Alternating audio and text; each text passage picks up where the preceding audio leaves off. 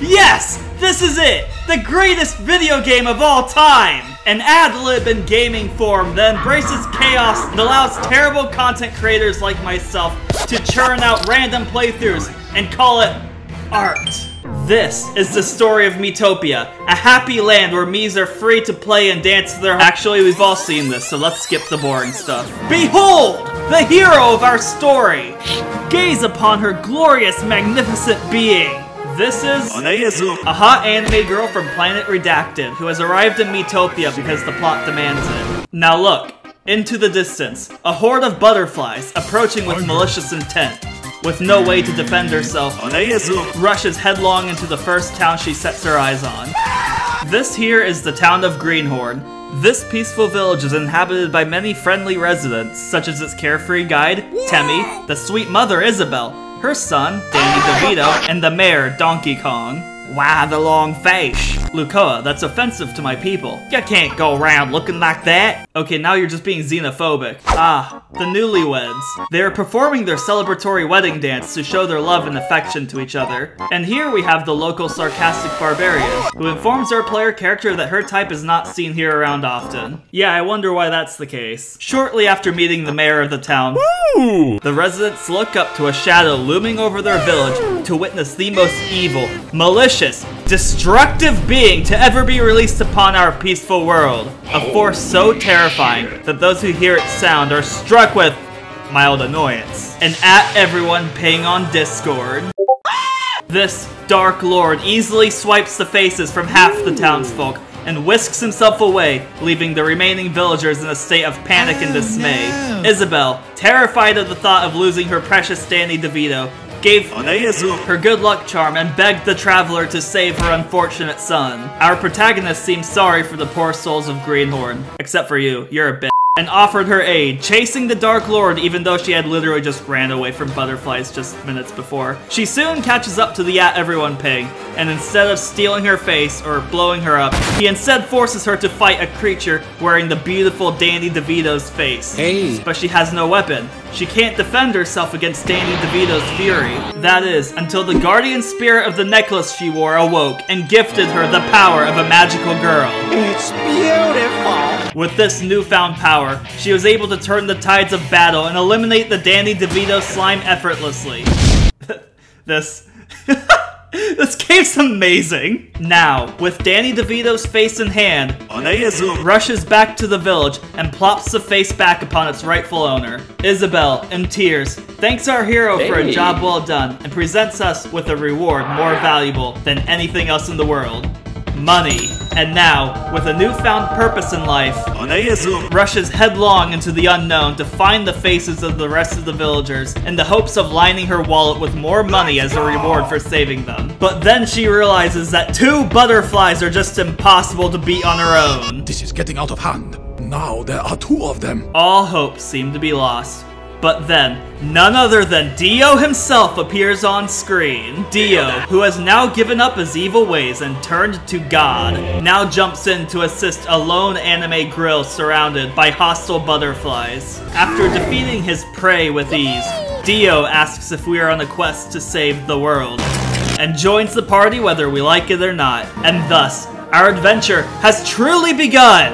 The 2 spend their time eradicating the local wildlife, sharing bananas, spending the nights at the inns, trying out new outfits, and snacking on local cuisine, all while bonding together as friends. The 2 then came across the face of one of Greenhorne's villagers, which had been implanted onto one of the butterflies, and at this time, Dio learned that he could use his stick for more than just whacking things. Because he is a devout follower of God, he can use his holy stick to heal his friends. We also learned that we can use salt shakers to restore our mana and HP. That's pretty cool. Shortly after releasing the face of Temmie, the party received a letter from Isabelle.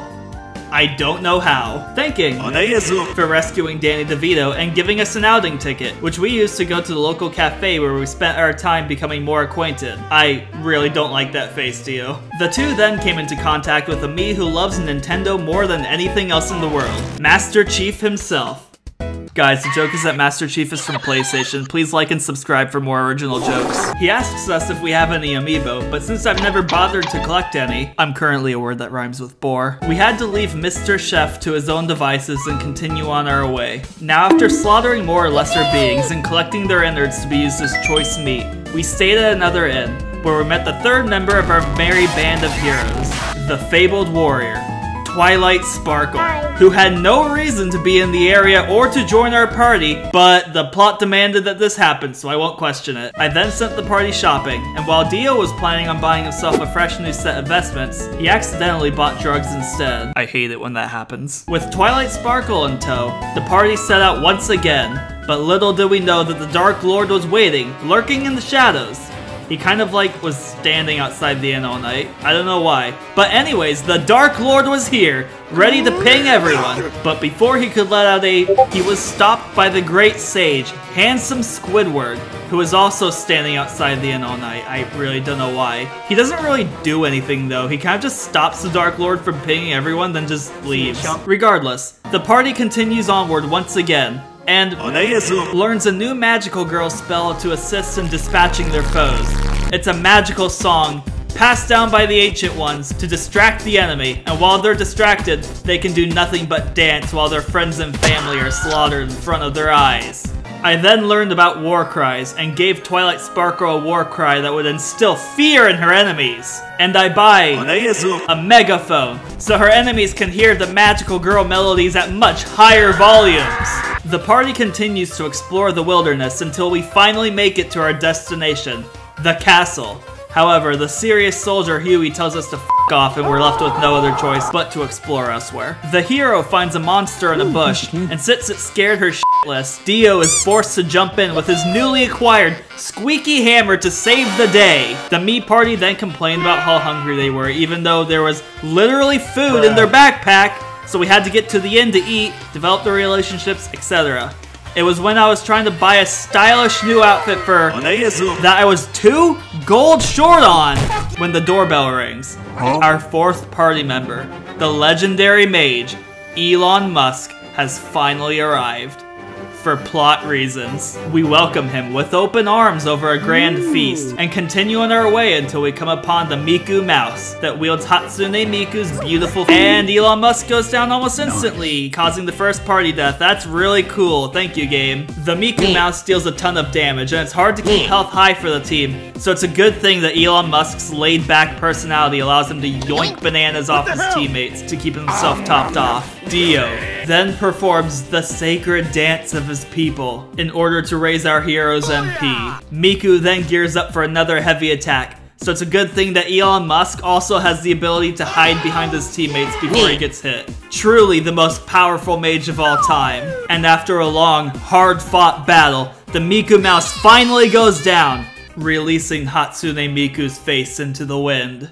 Now with Miku out of the way, it was time to explore the caves, and this is where the real test of the party's friendship began to take hold. Because while Dio's and friendship was nigh unbreakable, Twilight Sparkle's stubborn personality caused her to refuse being healed so many times that Dio spiraled into a frenzy, causing the first major conflict to erupt among us.